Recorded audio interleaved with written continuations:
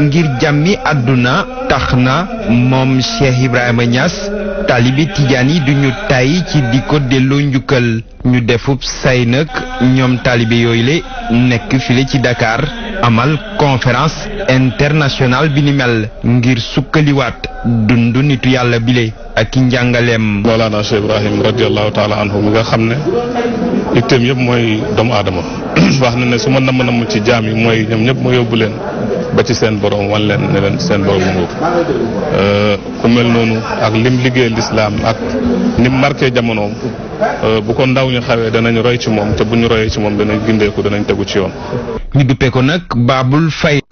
di kile nga xam ne moo donn kii di Cheikh Ahmed Tidiane Chérif kenn na tableetul liggéeyam ci àdduna wërngal këpp teewaayub nationalité yu bëri doon it ay taalibeem ci xew-xew bile firnde la ci. moom ñu ko topp ci ay xeet yu ute la yu fasante ko te ñoo ñëpp seen pas-pas benn la mooy laa ilaha illallah moo tax mu ne ixtalafa alsunuhum wal xaqdu muttaxidun xaqan li rabbil hamdi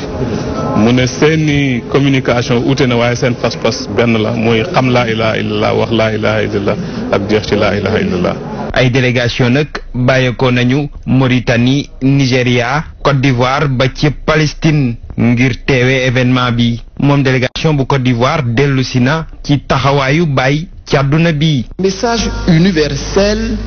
kàddoom daa daj àdduna wërngal këpp ndax moom Cheikh Ibrahima Niass moo fi teewal yonante bi sallallahu alayhi wa sallam ci àdduna moom moo ne ci ay kàddoom bëgg naa yonante bi sallallahu alayhi wa sallam ba moom ci wàllu boppam mu firnde ma ni maa di ab ambassadeur am. Et il m'a déclaré que je suis son ambassadeur.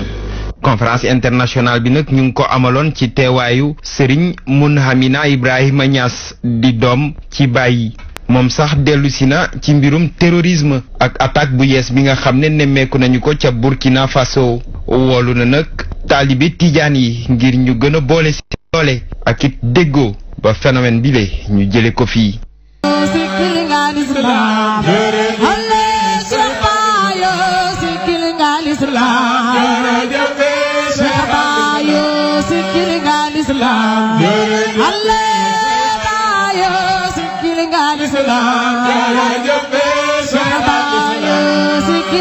Islam